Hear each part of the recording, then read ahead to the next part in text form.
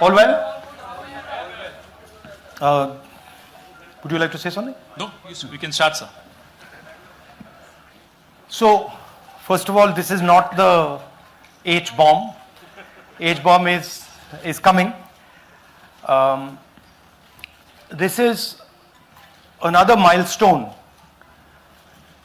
in setting up and demonstrating to the youth of this country how elections are being rigged.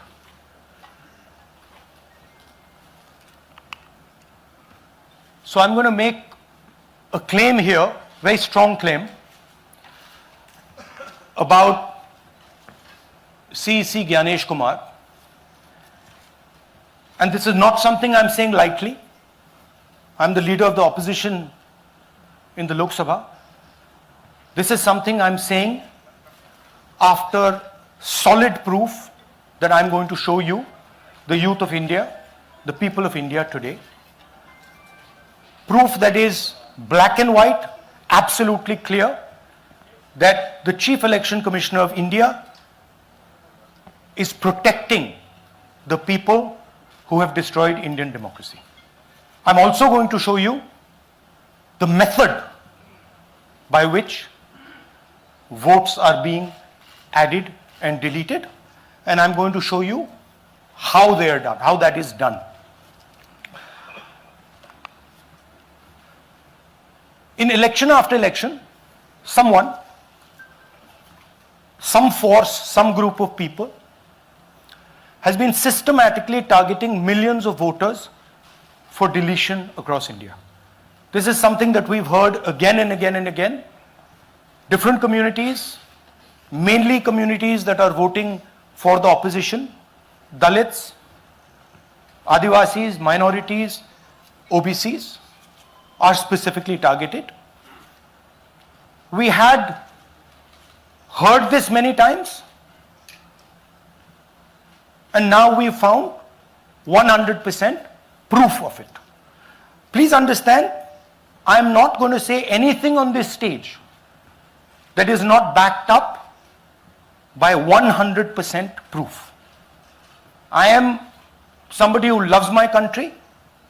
I love my constitution.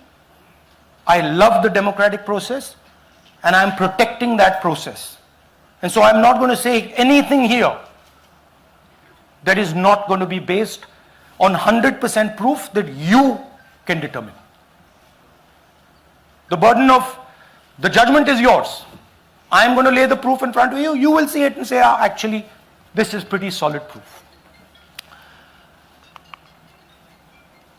Aland is constituency in Karnataka, 6,018 votes. Somebody tried to delete 6,018 votes. We don't know the total number of votes that were deleted in Aland in the 23 election. They are much higher than 6,018, but somebody got caught deleting 6,018 votes. And it was caught, like most crimes, by a coincidence. What happened was,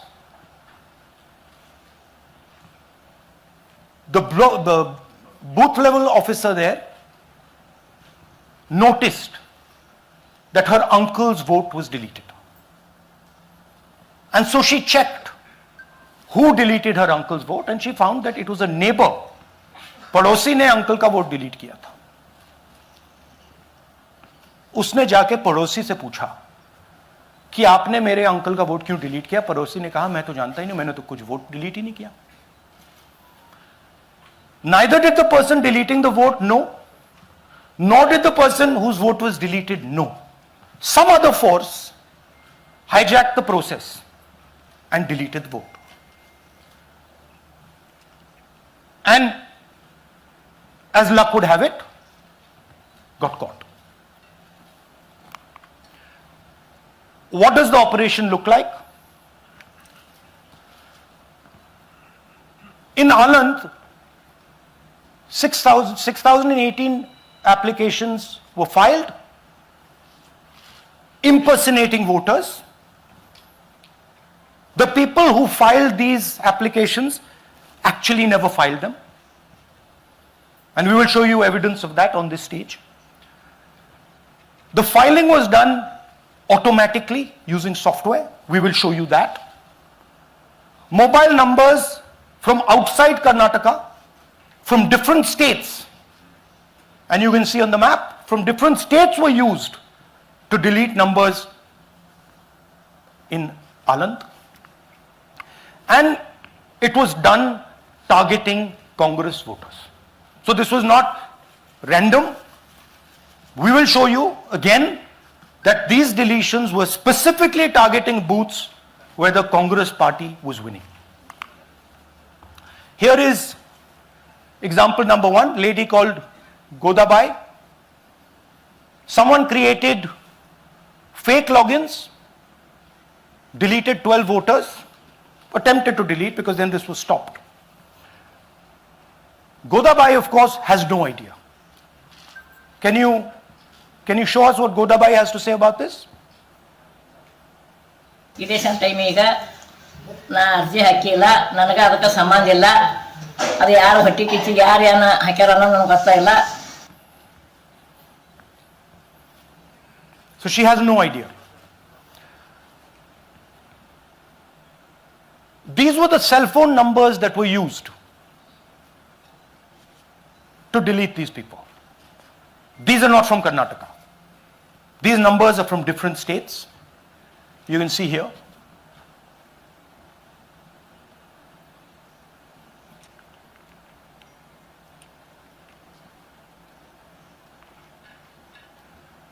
So the question is, whose numbers are these? How were they operated? Where were they operated from? Who generated the OTPs to disturb the process? Now these are questions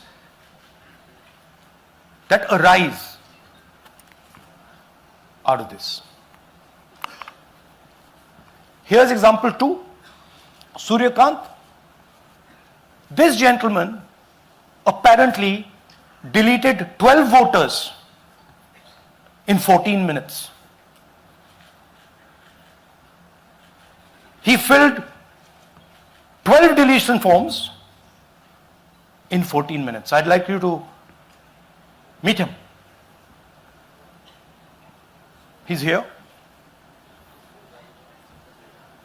That's one of the people. That's one. Namaskar bhi aiye. Babita Chaudhary is one of the votes that he is supposed to have deleted. Aiye bhaiya. He is supposed to have deleted. This is the gentleman. ये इनका vote delete किया जा रहा था. ये कर रहे थे. इनसे आप पूछिए. बताइए. That's our candidate. हाँ. कन्नड़ा में बोलिए. ನನ್ನ ಹೆಸರು ಸೂರ್ಯಕಾಂತ್ ಗೋವಿನ. ನಾನು ಸರ್ಸಂಬ ಗ್ರಾಮದಲ್ಲಿ ಇದ್ದೆ.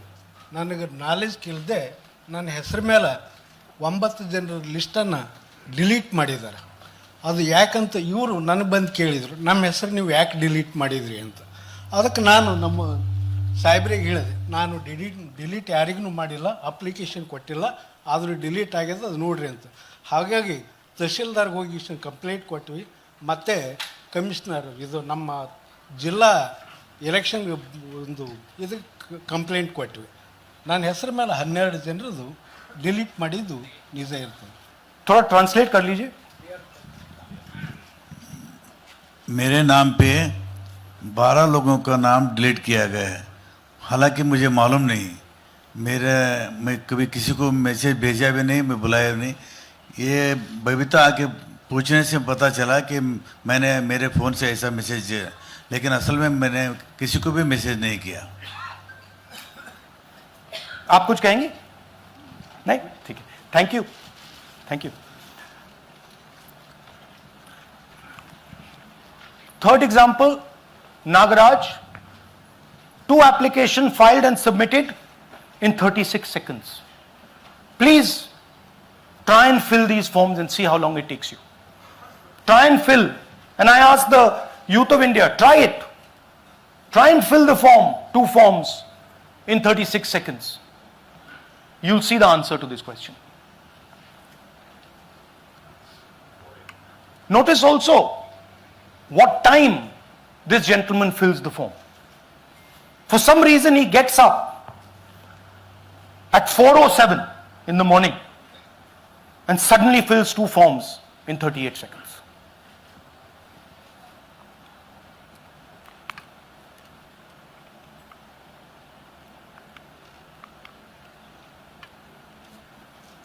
Now let's talk about how this is being done and why I'm saying and we are saying that this is being done in a centralized manner, and this is being done not using individuals but using software.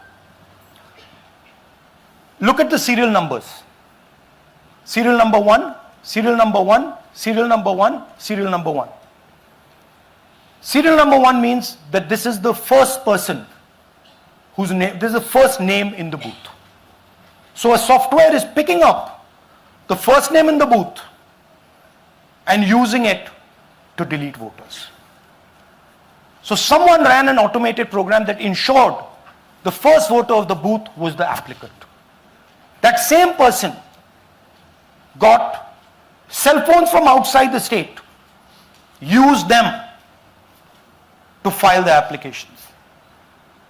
And we are pretty certain that this was done in a centralized manner and it was done at scale.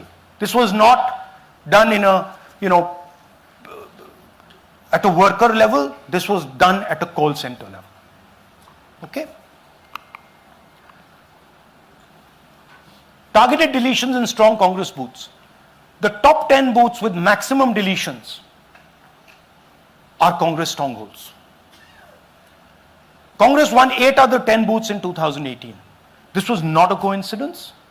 This is a planned operation.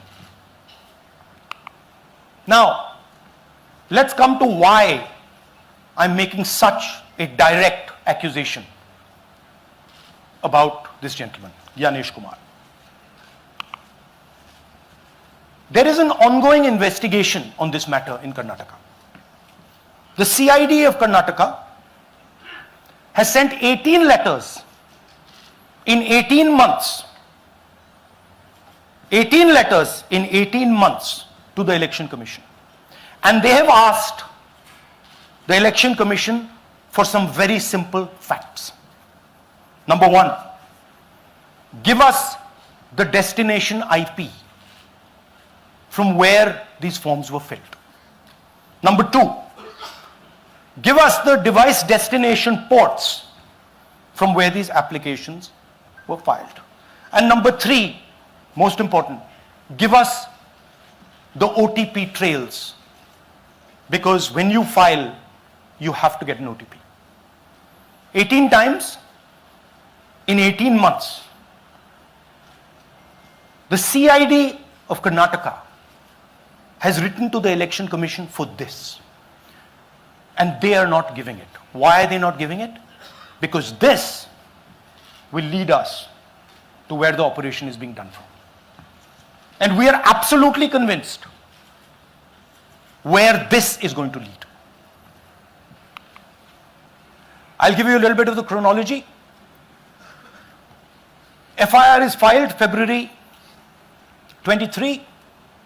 Karnataka CID writes to ECI requesting all details of these numbers and these transactions almost immediately in March. In August, EC gives the reply, doesn't fulfill any of the demands, and doesn't give us the information. Doesn't give the CID of Karnataka the information that will lead them to their destination. January 24, Karnataka CID writes to ECI again and says, please send us full information. No answer. Karnataka CID by September 25, last letter went in September 25, has written 18 reminder letters. While this is going on, the CEC of Karnataka writes to the Election Commission in Delhi and says there is a matter, please provide this information. And the CC of Karnataka multiple times asks the Election Commission. No answer. Now this is absolute solid proof that Gyanesh Kumar is protecting the people who are doing this. This is also absolute solid proof, what I've shown you, that this is being done in a centralized way, this is being done at scale, and this is being done using large resources. Question is, who is the someone? And the answer is with the EC today. The Election Commission of India knows who is doing this. And I want every single youngster in India to know that they are attacking this. And this is your future. When they are not giving this information, they are defending the murderers of our democracy. And it is important that every youngster knows this. Your jobs, your future, your aspirations all come from this instrument.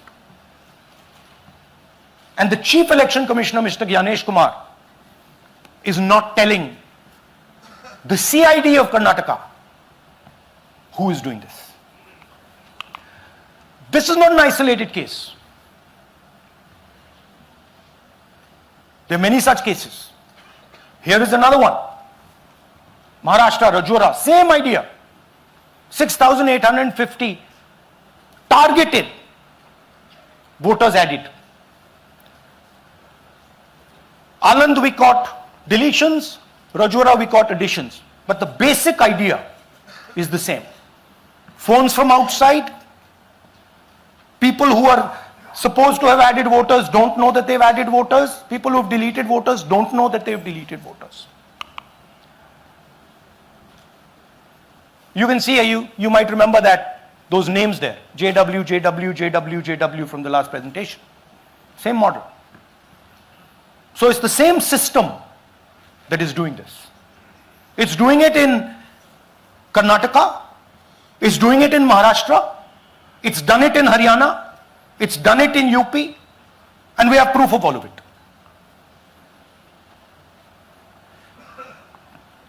Names are being filled.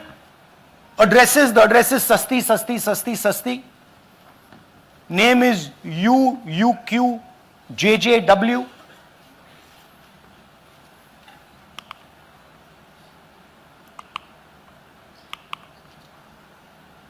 So, what are we saying here? That the Chief Election Commissioner of India, Gyanesh Kumar, needs to stop protecting the people who are destroying Indian democracy. We have given you 100% bulletproof proof here. It cannot be doubted. You have seen it with your own eyes. Right? EC has to release this data of these phones, these OTPs, within a week. Otherwise, we will know for sure that Gyanesh Kumar is protecting the people who are destroying and attacking the constitution. Thank you. धन्यवाद पीठ हिंदी में बोले? हिंदी कर नहीं, reverse कर लीजिए, पूरा हिंदी में बोल देता हूं, पूरा हिंदी में। देखिए, ये एच बॉम्ब तो नहीं है, एच बॉम्ब आ रहा है, हाइड्रोजन बॉम्ब आ रहा है। ये एक और उदाहरण है वोट चोरी का। पिछली बार मैंने आपको एडिशंस के बारे में बताया था, ये हम आपको डिलीशंस के बारे में दिखा रहे हैं, और सबूत के साथ हम आपको दिखाएंगे कि ये जो डिलीशंस हुए हैं ये सेंट्रलाइज तरीके से कॉल सेंटर के प्रयोग करके, सॉफ्टवेयर के प्रयोग करके किए गए हैं।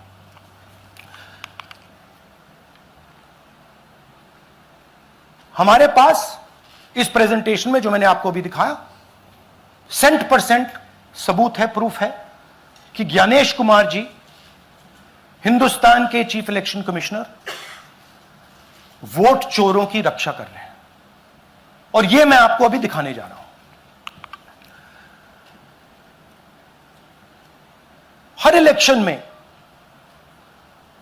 हमें रिपोर्ट आती थी कि वोटर्स डिलीट हो रहे हैं,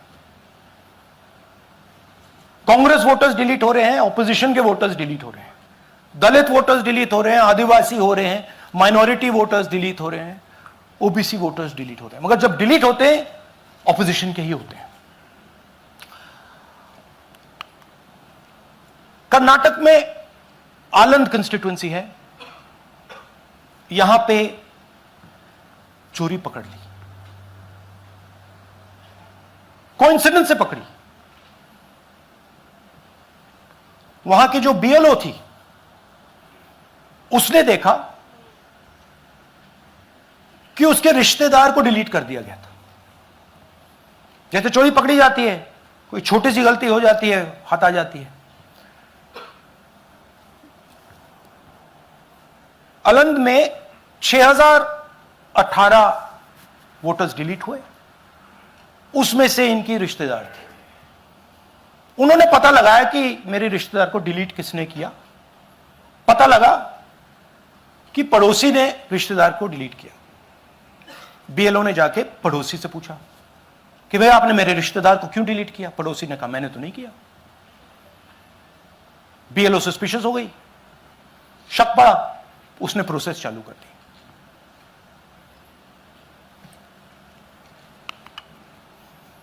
पता क्या लगा कि कोई ना कोई, किसी ने अलंद में वोटर डिलीशन सिस्टमैटिकली ऑर्गेनाइज तरीके से, सेंट्रलाइज तरीके से किया। हमें यह नहीं मालूम कि आनंद में कितने वोटर डिलीट हुए, क्योंकि इससे बहुत ज्यादा हो सकते हैं। 6000, तकरीबन 6000 पकड़े गए, उस पर इन्वेस्टिगेशन हो गया। क्या पता लगा कि फाइलिंग ऑटोमेटिकली ऑनलाइन हो रही है। मोबाइल नंबर्स कर्नाटक के नहीं यूज हो रहे, मोबाइल नंबर्स दूसरी स्टेट्स के यूज हो रहे हैं। इनफैक्ट कर्नाटक के नंबर थे ही नहीं उसमें। मतलब आप दिल्ली में बैठे डिलीट कर रहे हो, आपका नंबर तमिलनाडु का है। आप गुड़गांव में डिलीट कर रहे हो, आपका नंबर झारखंड का है। और जब हम चेक कर रहे हैं कि भैया आपका नंबर है, तो आपका नंबर है ही नहीं, किसी और का नंबर है। और टारगेट करके कांग्रेस वोटर्स को डिलीट किया गया। ये गोदाबाई जी हैं, इनके नाम पर 12 वोटर्स डिलीट किए गए। इनको मालूम ही नहीं, इनको पता ही नहीं कि इन्होंने 12 वोटर्स डिलीट किए। दिखाइए जरा। ಇಲೆಕ್ಷನ್ ಟೈಮ್ ಈಗ ये इनका वीडियो है। ನಾ ಅರ್ಜಿ ಹಾಕಿಲ್ಲ, ನನಗೆ ಅದಕ್ಕೆ ಸಂಬಂಧ ಇಲ್ಲ। ಅದು ಯಾರು ಹೊಟ್ಟಿ ಕಿಚ್ಚಿ ಯಾರು ಏನ ಹಾಕ್ಯಾರ ಅನ್ನೋದು ನನಗೆ ಗೊತ್ತಾಗಿಲ್ಲ। तो इनको आइडिया नहीं है कि इन्होंने वोटर्स डिलीट कर दिए।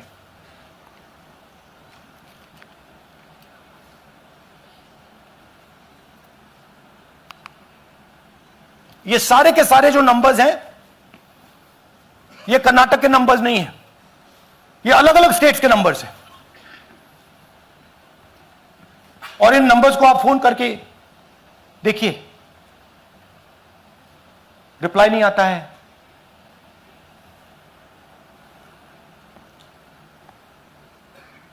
तो सवाल यह है कि किसके नंबर्स हैं, ये किसने ऑपरेट किए, जब इन्होंने ऑपरेट किए ये कहां थे, आईपी एड्रेस क्या था, ओटीपी कैसे जनरेट हुआ, कहां गया, यह सवाल है। यह दूसरा उदाहरण, सूर्यकांत जी जो अभी स्टेज पे आए थे, इन्होंने 12 वोटर्स को 14 मिनट में डिलीट कर दिया। आप फॉर्म भरने की कोशिश कीजिए, डिलीशन फॉर्म भरने की कोशिश कीजिए, देखिए और जब हमने इनसे पूछा कि भैया आपने ये कैसे किया, वो कहते हैं मैंने तो नहीं किया, मैं तो जानता ही नहीं हूं।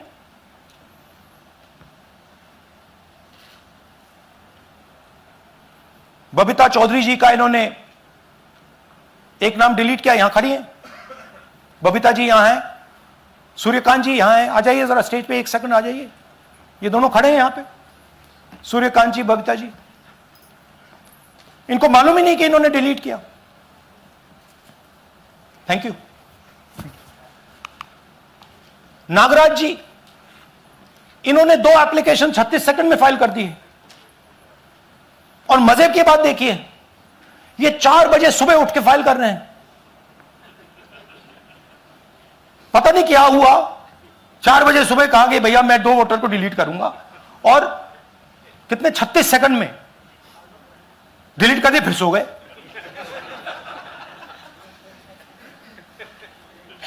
हमारी माइंड में पहले सवाल था कि क्या इलेक्शन कमीशन भी सो रहा है, मगर नहीं, सोया कोई नहीं है, जगे हुए हैं, सिस्टमैटिकली मदद हो रही है। यह देखिए दूसरी बात, जो भी डिलीट कर रहा है वोटर लिस्ट में उसका सीरियल नंबर 1 है। मतलब जो भी वोटर लिस्ट में पहले नंबर पे आता है वही डिलीट कर रहा है। 5वें नंबर वाला, 7वें नंबर वाला, 10वें वाला कोई नहीं कर रहा। तो हो क्या रहा है, सॉफ्टवेयर से यह काम किया जा रहा है। सॉफ्टवेयर प्रोग्राम कह रहा है पहला नाम निकालो और इसका प्रयोग करके डिलीट करो। टारगेटेड डिलीशंस हो रहे हैं। कांग्रेस पार्टी पर आनंद में अटैक किया। टॉप 10 बूथ्स जहां सबसे ज्यादा कांग्रेस की स्ट्रेंथ थी वहां टारगेट किया। और 2018 में पिछले इलेक्शन में 10 में से 8 बूथ कांग्रेस पार्टी जीती थी, और इन 8 में से इन्होंने 6000 लोग उड़ाने की कोशिश की। ये कोइंसिडेंस नहीं था, ये प्लान था, और ये सेंट्रलाइज तरीके से किया जा रहा है। अब मैंने बहुत बड़ी बात बोली, चीफ इलेक्शन कमीशन के बारे में मैंने बोला कि यह व्यक्ति वोट चोरों की रक्षा कर रहा है। जो भी मैं यहां बोल रहा हूं 100% प्रूफ के साथ, सबूत के साथ बोल रहा हूं, और मैं अभी आपको दिखाना चाहता हूं कि मैं यह शब्द क्यों बोल रहा हूं और किस बेसिस पे बोल रहा हूं। आपको अपनी आंखों से यह दिखेगा। कर्नाटका सीआईडी ने केस चालू किया कि वोटर कौन है, ये फोन किसके हैं, ये आईपी एड्रेस क्या है, ओटीपी कहां गया, इन चीजों के बारे में इन्वेस्टिगेशन शुरू होती है। कर्नाटक सीआईडी ने हिंदुस्तान के इलेक्शन कमीशन को 18 चिट्ठियां लिखी हैं। हमें आप यह इंफॉर्मेशन दीजिए, बिल्कुल क्लियर है, डेस्टिनेशन आईपी दीजिए, डिवाइस डेस्टिनेशन पोर्ट दीजिए, ओटीपी ट्रेल्स दीजिए, फोन नंबर्स दीजिए, फोन नंबर्स के मालिकों के नाम दीजिए। क्लियरली पूछा है, नो आंसर। 18 चिट्ठी CID Karnataka, no answer from chief election commissioner, no answer from election commission. Timeline देखिए,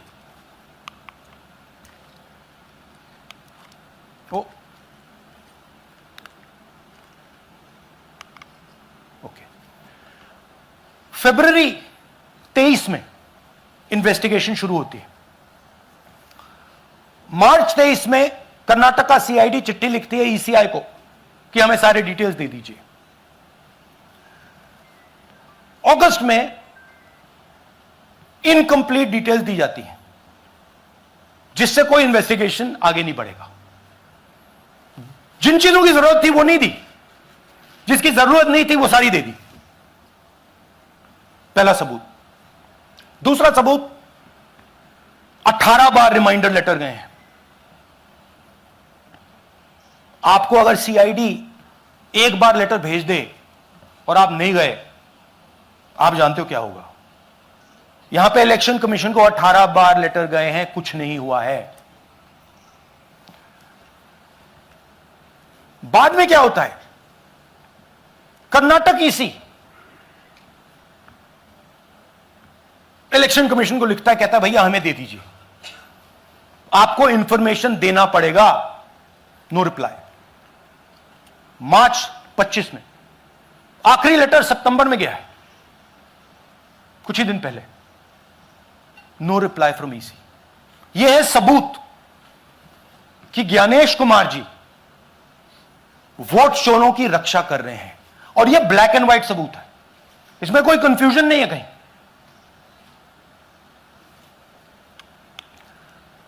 तो सवाल उठता है, ये है कौन जो सेंट्रलाइज तरीके से कॉल सेंटर के प्रयोग से, सॉफ्टवेयर से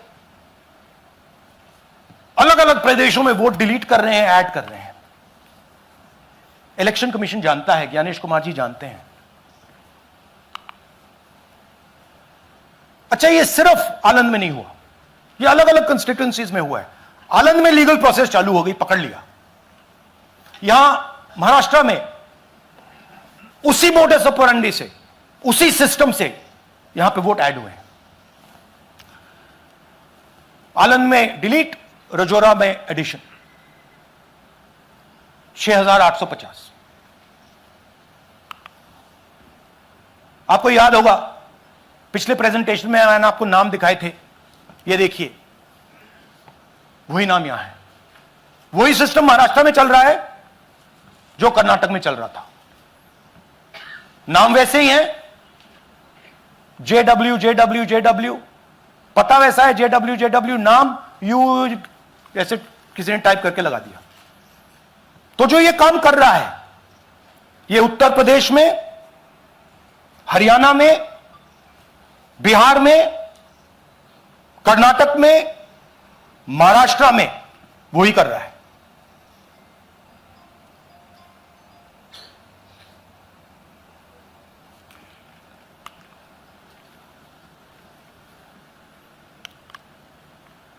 तो हमारी डिमांड है, ज्ञानेश कुमार जी, आप अपना काम कीजिए।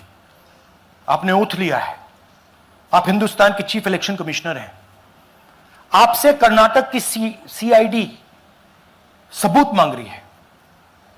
आप कर्नाटक की सीआईडी को यह सबूत 1 सप्ताह के अंदर दे दीजिए, नहीं तो पूरा हिंदुस्तान के सारे युवा इस बात को एक्सेप्ट करेंगे कि आप हिंदुस्तान के कॉन्स्टिट्यूशन, हिंदुस्तान के संविधान की हत्या में शामिल हो, हिंदुस्तान की संविधान की रक्षा नहीं कर रहे हो, और वोट चोरों की आप मदद कर रहे हो।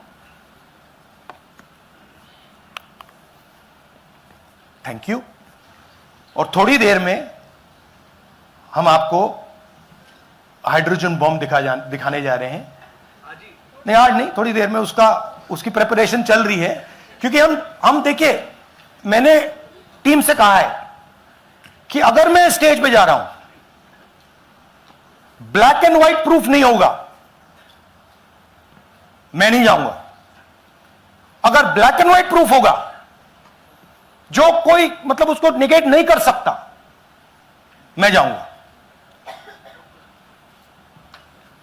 मैं देश के कॉन्स्टिट्यूशन की रक्षा कर रहा हूं, संविधान की रक्षा कर रहा हूं, मैं लोकतंत्र की रक्षा कर रहा हूं, और मैं सच्चाई आपके सामने रख रहा हूं। बहुत बहुत धन्यवाद, नमस्कार, जय हिंद। सर 3 सवाल। पीटीआई से संजीव चोपड़ा। या राहुल जी, दिस साइड। या राहुल जी इधर, हाँ, कहाँ है? To your right. हाँ, हेलो। राहुल जी, आज आपने नया खुलासा किया है कि कैसे वोट चोरी हो रही है। आपने पहले भी महादेवपुरा के बारे में बताया कि कैसे एडिशंस हो रही हैं, अब आपने बताया कैसे डिलीशंस हो रही हैं। लेकिन देखने में ये आ रहा है कि इलेक्शन कमीशन इस पे कोई एक्शन नहीं ले रहा, और आगे चल के वो तैयारी कर रहे हैं पूरे देश में एसआईआर लाने की। तो आप इस मुहिम को आगे कहां तक ले जाएंगे, और एसआईआर के बारे में क्या करने वाले हैं?